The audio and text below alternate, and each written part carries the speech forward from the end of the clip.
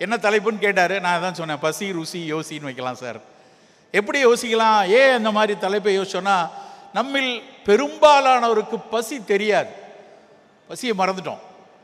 நம்ம யாருக்காவது ரொம்ப கடும் பசியில் உணவில்லாமல் நாமோ நம்முடைய நண்பர்களோ நம் சக மனிதர்களோ இன்றைக்கி இல்லை, நம்ம வாழ்க்கை மாறி இருக்கு, கூடியிருக்கு. ஆனால் ஒரு தலைமுறைக்கு முன்னாடி பசி இருந்தது. இன்றைக்கி நைட்டுக்கு ஒன்றும் இல்லை சாப்பிட, இன்றைக்கி வீட்டில் எதுவும் இல்லை அப்படின்னு நம்ம குடும்பத்தில் நம்முடைய மூத்தவர்கள் இருந்திருக்கிறார்கள். நம்மை விட நம் சக மனிதர்கள் நிறைய பேர் இரவில் பசியோடு ராப்பிச்சைக்காரர்கள் என்று வீட்டில் வரக்கூடியவர்களை நாம் பார்த்துருப்போம். நான் குழந்தைகளாக இருக்கும்போது வீட்டில் இரவில் தட்டெடுத்துட்டு தெருக்களில் வரக்கூடிய மக்கள், உங்கள் வீட்டில் மீந்திருந்ததெல்லாம் இருந்ததுன்னா கொடுங்கன்னு சொல்லி வரக்கூடிய மக்கள் நிறைய உண்டு. பாளையங்கோட்டையில் நான் இருக்கும்போது நான் பார்த்துருக்கிறேன். நண்பர்களே, இறைவனும் இயற்கையும் பல்வேறு வளர்ச்சிகளும் வந்த விஷயத்தில் இன்றைக்கு அப்படியான ராப்பிச்சைக்காரர்கள் எங்கேயும் இல்லை, பெரும்பாலும் குறைந்து விட்டார்கள். ஆல்மோஸ்ட் இல்லைன்னு தான் சொல்லணும். தெருக்களில் இல்லை.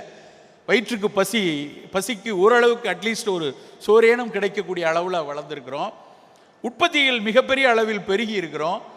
இப்போ கூட என்ன சிக்கல் தெரியுமா? உற்பத்தி செய்த தானியங்களை சேமித்து வைப்பதில் பிரச்சனை இருக்கு. உற்பத்தி செய்த தானியங்களை விலை கொடுத்து வாங்குவதில், அதற்குரிய விலை கொடுக்கறதுல அரசாங்கங்கள்லாம் திண்டாடிட்டு இருக்கு.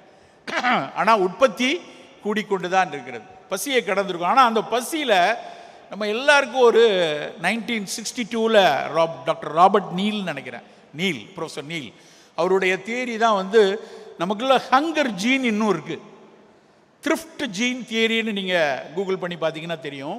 அந்த ஜீன் நம்ம பசியிலேருந்து கடந்துட்டோம், ஆனால் பசிக்கிற ஜீன் நமக்குள்ளே இருந்திருக்கு. ஏன்னா நம்ம தாத்தா பசியோடு இருந்தவங்க, நம்முடைய பெரிய தாத்தா பசியோடு இருந்தவங்க.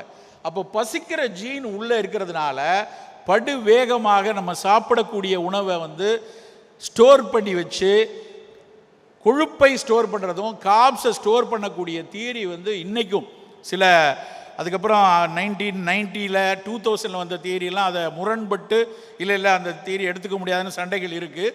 ஆனாலும் சர்க்கரை வியாதி, இரத்த கொதிப்பு, இரத்த கொழுப்பு அதிகரித்து வரக்கூடிய நாடுகளில் நாம் ஒன்றாக இருப்பதற்கு காரணம் நம்முடைய முந்தைய தலைமுறையின் பசி தான். அந்த பசி நாம் மறந்து விட்டாலும் நம் மரபணு மறக்காததுனால நம்ம சாப்பிட்ற கொஞ்சம் போல சொல்லுவாங்க இல்லையா, எல்லாரும் தான் காப்பு சாப்பிட்றாங்க, நம்ம மட்டும் ஏன், நமக்கு மட்டும் சர்க்கரை வியாதி கூடுதுன்னா அந்த ஜீன் அதிகம் இருக்குது நம்மக்கிட்ட, இன்னும் ஸ்டில் இருக்குது, அந்த மெமரியில் இருக்குது. அதனால் நம்ம மிகப்பெரிய அளவில் சர்க்கரை நோயாளிகளின் கூட்டமாக இருப்பதற்கு நம் மூத்த தலைமுறையுடைய பசியும் அந்த பசியினுடைய மரபணுவும் மிக மிக முக்கியமான காரணம்.